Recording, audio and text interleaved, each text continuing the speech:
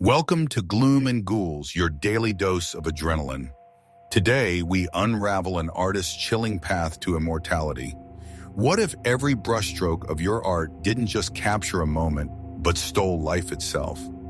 Meet Adrian, a talented yet underappreciated artist in a sprawling metropolis where the hum of life and opportunity reverberates through every street. Adrian's world is a whirlwind of color and chaos, mirrored in the cluttered sanctuary of their studio. The room is an eclectic mix of smeared palettes, half-empty paint tubes, and vibrant unfinished canvases, a place that feels alive. For years, Adrian's hyper-realistic portraits gathered modest attention, but recently a strange, almost eerie fascination has enveloped their work. Buyers flock to the studio in unprecedented numbers, scrambling to own pieces of haunting beauty that seem to transcend art itself. The rare quality of their paintings stirs something primal in their admirers, captivating and unsettling them in equal measure. Critics murmur, hinting that Adrian's latest works are almost unnervingly lifelike. They speak of flickering eyes that seem to follow one's gaze and subtle smiles that feel one breath away from coming alive. Adrian dismisses these reactions as heightened imaginations or envy. Yet, in private moments within their studio's quiet solitude, even they can't ignore the creeping unease lurking in their subconscious. The portraits pulse with vitality, as though imbued with essences beyond their understanding. The city itself buzzes with Adrian's meteoric rise, their names shimmering in art circles as a beacon of genius. Critics declare, brilliant, unprecedented. Magazines call them a once-in-a-generation prodigy. Adrian's fame becomes an unstoppable force, eclipsing legends of the past. Their paintings capture not just faces, but entire stories wrapped in a single frame, brimming with soul. But as glory illuminates their path, shadows deepen around it. Whispers grow stronger, carrying chilling rumors. The subjects of Adrian's portraits are disappearing, leaving behind nothing but faint traces of their existence. A street performer they painted vanishes one day. A vibrant bookstore clerk the next. Friends frantically search for these missing people, but memories of them begin to blur as though the world itself is forgetting they ever existed. To Adrian, these coincidences become harder to rationalize. Dread begins to fester like a dark stain beneath the vibrant masterpiece of their life. Deep down, a terrifying question brews. Is Adrian creating art or siphoning life? The once vivid streets visible from the studio's windows seem to dim in their radiance, echoing Adrian's own descent into an enigmatic abyss. Stay tuned because the mystery has only just begun. Plagued by an unshakable unease, Adrian resolves to escape the entanglement of their art. Determined, they pack away their brushes, tubes, and canvases, stripping their studio bare of its vibrancy. For weeks, they abstain from painting, their resolve tested by the suffocating void it leaves in their life. Without the thrill of creation, Adrian feels like an incomplete version of themselves, hollowed out by the absence of the only thing they have ever loved. A part of them dares to hope that turning away from the canvas will sever the sinister thread binding their work to the disappearances. Yet this hope falters as restlessness coils around Adrian like a predator, and the creative hunger they once cherished turns into an inescapable torment. Desperation pulls Adrian back into the labyrinth of their craft.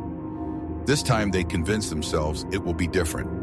If the subject is someone distant, unknown, perhaps a stranger they'll never see again, the strange occurrences will end. The city beckons, a living tapestry of inspiration.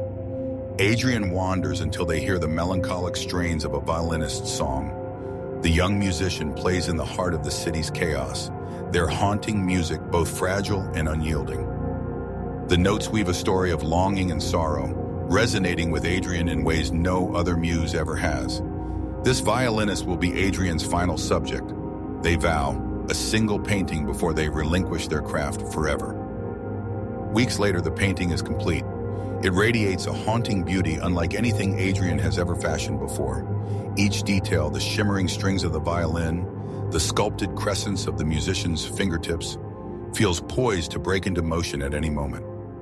For a fleeting instant, Adrian allows themselves a glimmer of pride, but that joy disintegrates when the news breaks. The violinist has vanished, swallowed by the same shadow that devoured the countless others. Adrian is crushed, beyond guilt, beyond denial. They can no longer fend off the truth that their art is complicit in something monstrous. Frayed by grief, Adrian makes a desperate promise. They will destroy every painting. The destruction begins in fiery defiance. Flames devour canvas after canvas as smoke and ash swirl violently within Adrian's cramped studio. As the lifelike portraits burn, Adrian feels a momentary surge of relief. The suffocating weight begins to lift, but it doesn't last. The echoes of their work remain, invading their nights as fragmented dreams filled with incomprehensible symbols and alien forms. Some nights, those glimpses tease understanding, while others fill Adrian with nameless dread. The notion that their art might have always been powered by something otherworldly consolidates into certainty when, one evening, Adrian's trembling hands attempt to sketch without conscious thought. The shapes twist themselves onto the paper unbidden, distorted, mesmerizing, and wholly unnatural. The realization descends like a frigid wave.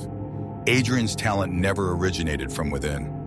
It was always a gift handed down by forces far older and hungrier than humanity. Creation, Adrian once believed, was the ultimate act of self-expression. How bitter a truth to learn that it was never theirs at all. Whether a cosmic deal or an accidental tapping into something forbidden, Adrian now understands they are not a mere artist, but a vessel for something terrifying that feeds on souls through their hands.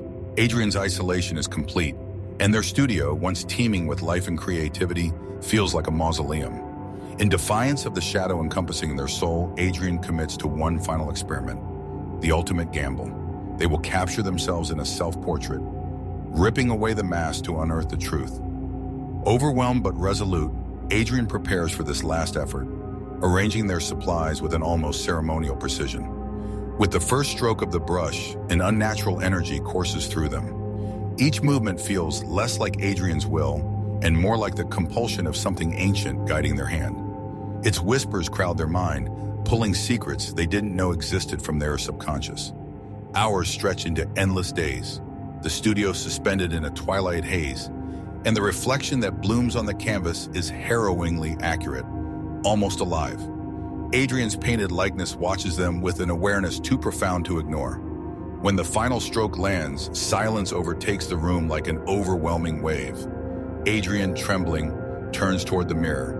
But where once there was a reflection, now exists only a void, the vacant absence of familiarity.